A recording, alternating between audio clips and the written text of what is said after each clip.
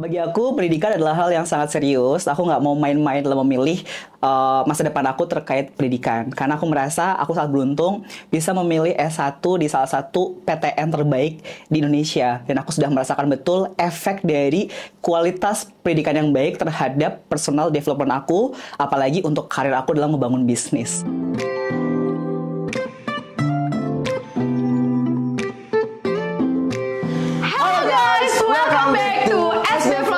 Episode kedua. Balik lagi di sini dengan gue Tania sama dengan rekan gue Nur Hakim Siswanto. Nah, sekarang kita lagi ada di mana nih, Tan? Kali ini kita ada di kampus Sekolah Bisnis IPB. Mantap banget nih. Ngomong-ngomong soal masuk kampus nih. Nah, gue boleh tahu nggak sih cerita lu waktu awal-awal masuk SBI IPB itu kayak gimana sih kalau boleh tahu? Gue dulu pas mau masuk kampus nih, sebenarnya lebih ke perguruan tinggi yang gue cari saat itu. Gue ngulik-ngulik ada di platform namanya Masuk Kampus Kim. Jadi sampai akhirnya gue masuk ke SBI IPB, passing grade-nya berapa, semua informasi ada di sana. Namanya Masuk Kampus tuh. Masuk kampus ya? Kayaknya dulu gue juga pernah itu deh ikutan tryout di situ. Oh iya, ada tryoutnya bener-bener. Iya, bener. Terus ada passing grade dari setiap univ ya? Iya, betul banget. Nah, ngomong-ngomong masuk kampus, lu tahu nggak sih founder atau CEO dari Masuk Kampus itu siapa? Indra Sugiarto. Nah, iya bener. Sugiarto itu alumni dari Magister SBI IPB tahu? Oh iya? Iya. Ih, keren banget lulusan dari SB. Keren semua pokoknya. Gimana Kim kalau sekarang nih untuk di konten Sbers ini kita kepoin tentang Kak Indra Sugiarto. Nah, boleh banget tuh. Untuk Sbers, let's go ikutin kita lebih lanjut. Yuk, ciao.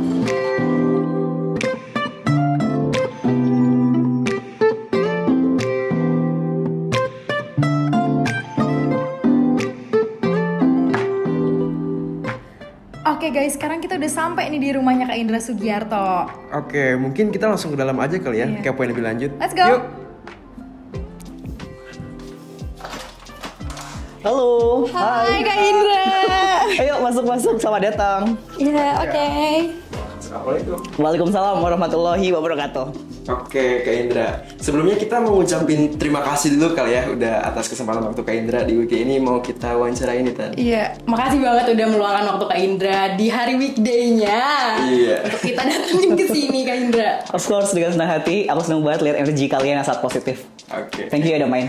Thank you, Kak. Kita mau kepoin tentang masuk kampus dan juga Kak Indra. Apa nih yang beri kepoin? Banyak kan, Mama? Banyak ya. Kak Indra tuh keren banget loh, maksudnya kayak Amin.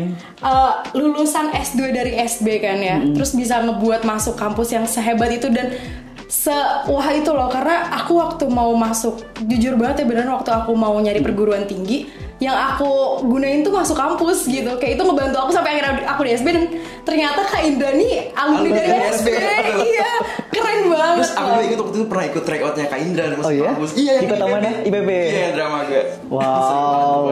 Keren banget Kak Indra. Ya mungkin Kak Indra boleh nih ngasih tahu masuk kampus tuh apa, gimana awalnya tuh Kak Indra membuatnya tuh gimana? Iya. Oke, siap Tania sama Hakim. Jadi dulu pas aku kuliah dari SMA, SMK gitu ya, fase-fase kita kelas 12 tuh kan fase yang tidak mudah untuk memilih jurusan. Takutnya salah milih terus jadinya penyesalan, atau bahkan takutnya salah milih kampus juga jadi penyesalan kan. Dan dulu aku merasa di era aku tuh untuk mendapatkan informasi tersebut sangat tidak mudah. Jadi sangat pasif gitu untuk mendapatkan info tersebut. Ditambah kalau ada obstacle lain seperti misalnya finansial atau parents decision, itu kan akan mempengaruhi segala hal, kecamuk ya di pemikiran kita. Apalagi zaman sekarang kan lebih serem lagi nih situasi mental health-nya ya. Jadi aku merasa harus ada platform yang membantu menemani ketika mereka membuat decision making yang sangat penting terkait masa depannya. Sehingga 2016 tuh aku mulai merintis Masuk Kampus berbekal konten-konten pendidikan. Jadi fokusnya dulu hanya pengen ngasih konten untuk memberi mereka knowledge sebenarnya apa aja sih yang harus lu tahu nih yang buat mereka pahami sebelum membuat sebuah keputusan. Jangan sampai keputusannya impulsif atau cuma karena peer pressure teman-temannya. Teman-teman aku kayaknya keren-keren nih milihnya FK, aku milih FK, padahal bisa jadi dia nggak ada passion sama sekali di situ, dan itu bisa menjadi penyesalan lebih besar lagi. Jadi berbekal berbagai masalah remaja di kelas 12 tersebut, aku merasa butuh ada platform pendidikan positif yang hadir menemani mereka. Ternyata di 2017 kita semakin viral, artinya ide kita itu match dengan needs-nya si kelas 12 tadi yang ada kebutuhan yang belum terpenuhi. Nah, karena ternyata kita kita salah satu pionir saat itu, dan kita juga wide, sifatnya nasional tanpa batas, di mana saat itu platform pendidikan banyak yang sifatnya konvensional, terbatas lokasi. Kita hadir pertama kali untuk banyak kota, sehingga akhirnya nama kita semakin dikenal baik itu online maupun offline, dan terus bergulir dengan berbagai inovasi-inovasi yang hadir tiap tahun sampai sekarang. Keren banget ya. Iya, aku juga emang bener-bener ngebantu banget sih Kak Indra, bener-bener kelas 12 tuh, karena kan kita bingung ya mau kemana, ini gimana, dan biar kadang tuh kelas 12 tuh labilnya mau ke bawah temen segala macam, dan tapi ini bener-bener ngebantu aku banget. Ditambah waktu aku dulu tuh tryout itu kan kayak Kak Indra tuh ngebuat kayak untuk masuk UB ininya segini, ininya segini, itu ngebantu banget ya. Jadi kita terpatokannya gitu ya, kalau masuk ini seberapa dan gimana. Supaya ada motivasi lebih spesifik ya. Kalau keinginan kita itu meets nggak sih dengan kapasitas kita saat itu, dan kalau belum meets kan harus dinaikin kan semangat belajarnya. Iya, betul banget ya. Oke Tan, kita sekarang mau ngapain lagi nih? Nah, kita mungkin sekarang mau nanya-nanya ke Kak Indra, karena banyak banget nih anak-anak SB yang kepo banget sama Kak Indra gitu, yang secara Kak Indra ini merupakan alumni dari S2-nya Sekolah Bisnis IPB gitu. Dan teman-teman juga udah banyak yang nanyain gitu ya di question box Instagram kita. Tanpa berbahasa kita langsung Q&A aja Kak ya? Oke, yuk, boleh kita mulai. Oke, mungkin kita mulai dari pertanyaan pertama. Apa yang menginspirasi Kak Indra untuk membentuk Masuk Kampus? Ya, jadi kenapa aku bikin Masuk Kampus ini sebenarnya based on my personal experience. Ketika dulu aku masih kelas 12 SMA di Banyumas. Aku tinggal di sebuah desa di Banyumas, dan akses untuk mendapatkan informasi tentang dunia kampus saat itu sangat terbatas. Setiap hari aku bingung decision making seperti apa yang harus aku buat dalam memilih universitas, apalagi memilih jurusan kuliah. Mana yang sesuai dengan passion aku, mana yang dibutuhkan dunia kerja, mana yang relevan dengan perkembangan zaman, itulah pertanyaan yang tidak bisa aku jawab saat itu. Menghadapi situasi-situasi saat itu, aku juga tidak punya banyak kenalan yang bisa aku tanya, mengingat aku nggak tahu harus tanya ke siapa. Jadi, setelah aku lulus kuliah S1 dan mulai menuju kuliah S2, aku mulai membentuk kerangka berpikir yang lebih sistematis. Bahwasannya banyak anak kelas 12 di luar sana yang juga punya kendala serupa. Jadi, aku bikin Masuk Kampus supaya kegalauan mereka dalam menuju dunia kampus bisa sedikit terbantu. Oke Kak, kita lanjut ke pertanyaan kedua ya. Apa bedanya Masuk Kampus dengan akun serupa lainnya? Ya, oke. Jadi Masuk Kampus ini punya uniqueness yang membedakan dengan banyak platform yang lain ataupun account yang lain ya. Masuk Kampus secara quality kita jaga supaya bisa sesuai dengan perkembangan zaman saat ini, sesuai dengan apa yang dibutuhkan kelas 12, mengingat setiap tahun selalu terjadi perubahan yang cukup masif di dunia pendidikan saat ini. Kemudian kita juga mengelola Masuk Kampus dengan lebih humanis, dengan sisi personal yang terus hadir, karena kita tidak ingin mereka kehilangan sosok yang ada di dalam Masuk Kampus. Jadi kita pengennya Masuk Kampus bukan hanya sebuah platform, bukan hanya sebuah account, tapi seorang kakak yang hadir menemani perjuangan mereka. Masuk Kampus juga bukan hanya memberikan konten pendidikan ataupun informasi. Kita juga pengen memberi inspirasi dan motivasi supaya mereka terus mau bergerak, berjuang untuk masa depannya. Karena harapan yang membuat mereka terus mau berjuang. Next question. Kakak alumni magister di SB nih. Apa sih yang membuat kakak memilih S2-nya di Sekolah Bisnis IPB? Ya, bagi aku pendidikan adalah hal yang sangat serius. Aku nggak mau main-main dalam memilih masa depan aku terkait pendidikan. Karena aku merasa aku sangat beruntung bisa memilih S1 di salah satu PTN terbaik di Indonesia. Dan aku sudah merasakan betul efek dari kualitas pendidikan yang baik terhadap personal development aku, apalagi untuk karir aku dalam membangun bisnis. Sehingga aku pun memutuskan untuk kembali memilih S2 di IPB. Karena aku sudah merasakan manfaat yang sangat besar ketika aku memutuskan S1 di IPB. Apalagi S1 aku kebetulan sains, yaitu jurusan kimia, sehingga aku butuh pembekalan secara profesional di bidang manajemen bisnis, sehingga aku mengambil S2 manajemen bisnis IPB. Apalagi banyak akreditasi yang sudah teruji, yang sudah diraih oleh SB IPB saat itu dengan pengalamannya yang begitu luar biasa. Dan sejauh ini, sejak aku mengambil kuliah S2 manajemen bisnis di SB IPB sampai akhirnya lulus, aku merasa sama sekali tidak pernah menyesal, bahkan ada banyak sekali manfaat yang berhasil aku dapatkan untuk perkembangan berpikir kritis aku, termasuk berpikir struktural. Oke, lanjut ya Kak. Kalau boleh tahu mata kuliah apa aja nih yang jadi favorit kakak selama sekolah di Sekolah Bisnis IPB? Iya, berhubung aku backgroundnya dari S1 Kimia, sebenarnya banyak banget mata kuliah yang asing buat aku sebelumnya, sehingga membuat aku lebih curious dan menarik untuk dipelajari. Beberapa di antaranya mungkin yang bisa aku ingat sampai sekarang adalah mikroekonomi, kemudian banyak mata kuliah marketing lain yang aku juga sangat excited mempelajarinya. Apalagi tesis aku berhubungan dengan social media marketing, yang mana objek penelitiannya adalah diri aku sendiri dalam proses pemasaran digital secara marketing gitu ya. Jadi banyak mata kuliah marketing yang akhirnya bisa aku implementasikan dalam meriset bagaimana produk-produk yang aku pasarkan secara digital. Oke, selanjutnya, selama berkuliah, kakak pernah nggak sih open diskusi dengan dosen-dosen SB terkait bisnis yang sedang kakak jalanin?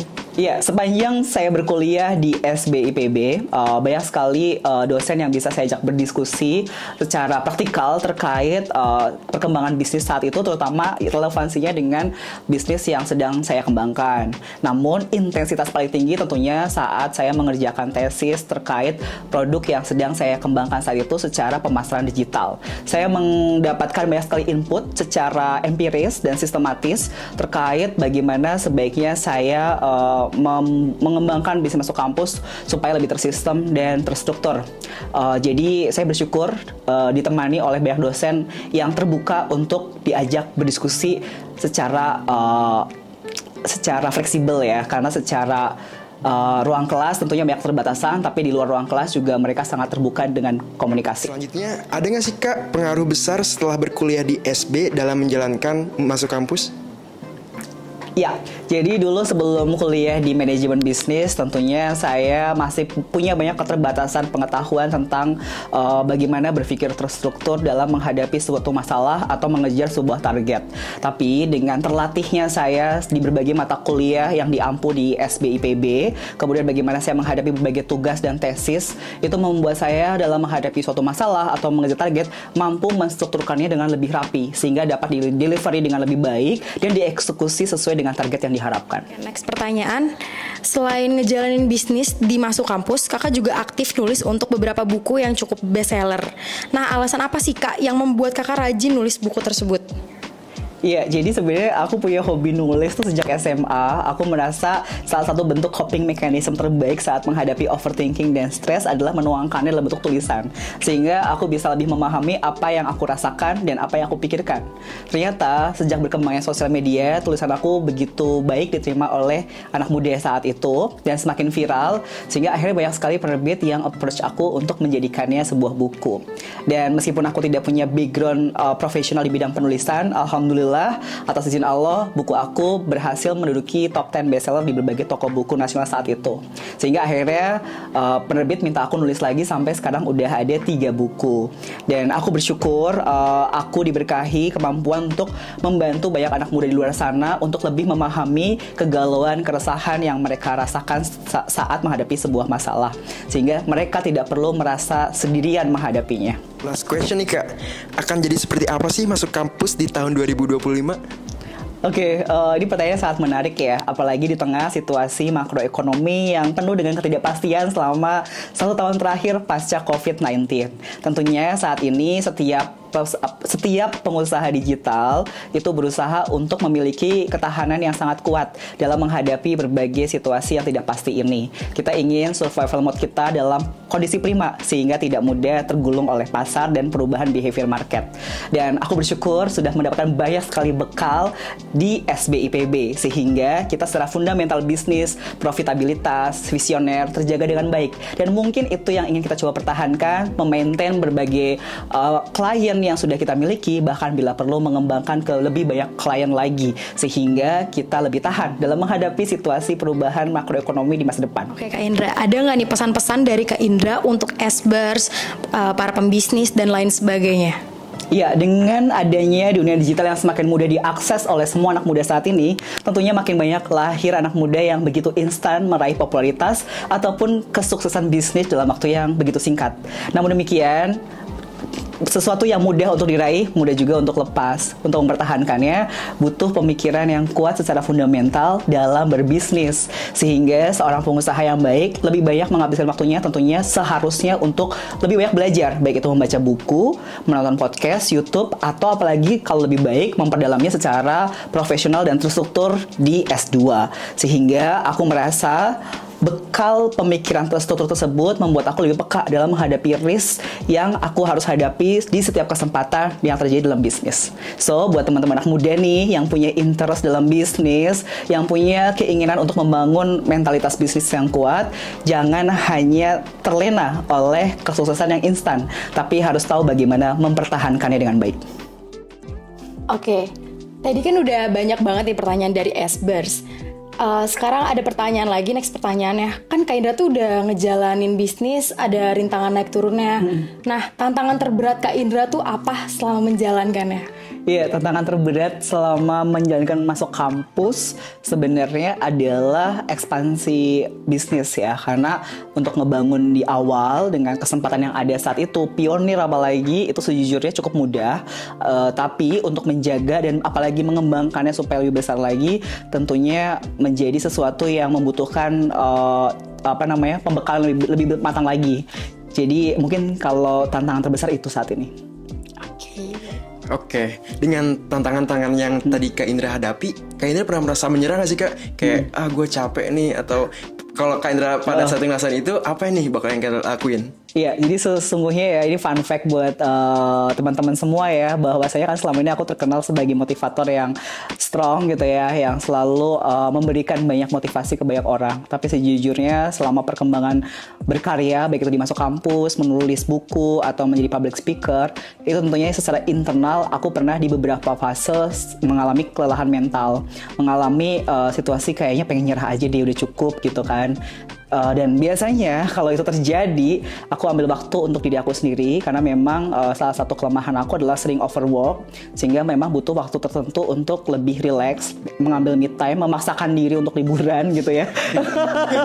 Jadi udah menganggap itu sinyal gitu ya tubuh bahwa Indra, you need some rest or something gitu ya, nggak apa-apa kalau nggak kerja 2 hari gitu kan. Nah itu mulai aku lakukan. Nah namun demikian semakin beratnya tantangan, sekedar istirahat biasa saja juga nggak cukup, tapi harus istirahat dengan mindful, istirahat dengan tujuan gitu ya, dan bekerja juga dengan tujuan, sehingga segala aktivitas kita itu tidak lebih stres dari seharusnya.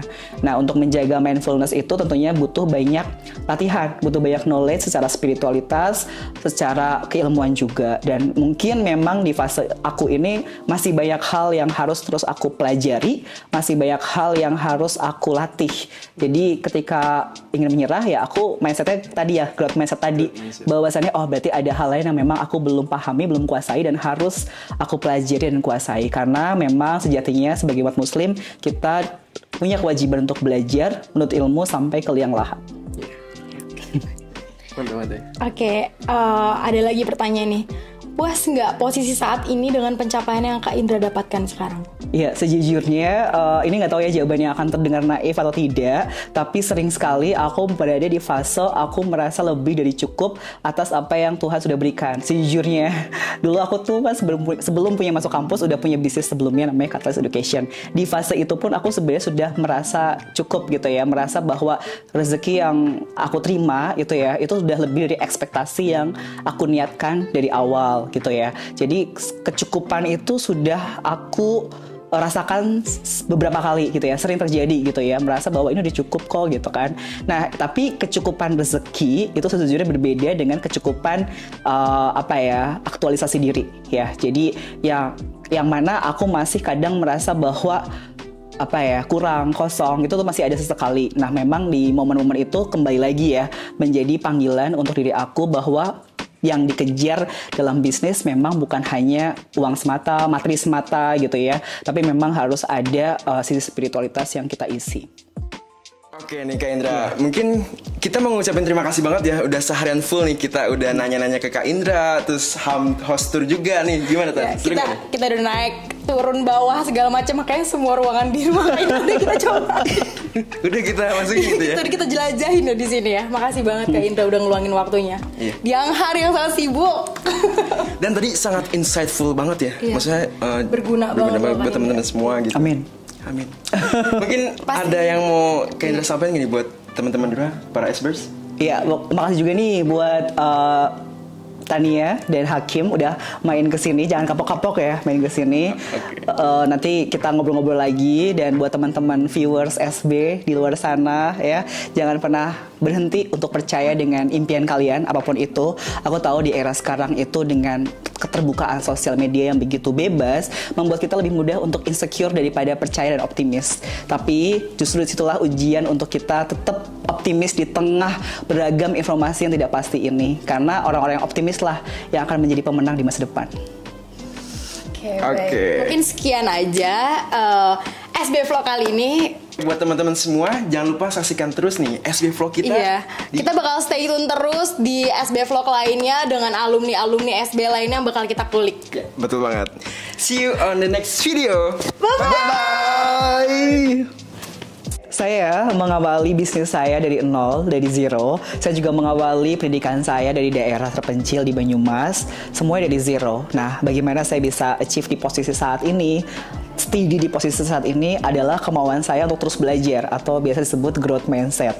Jadi buat teman-teman di luar sana, jangan pernah melihat tantangan atau ujian itu sebatas tantangan ujian, tapi jadikan itu sebagai alat untuk teman-teman belajar dan naik level ke level berikutnya. Artinya indikasi dari kesulitan adalah hal yang bagus, karena bersama kesulitan ada dua kemudahan untuk teman-teman yang mau terus belajar dan mencari petunjuk.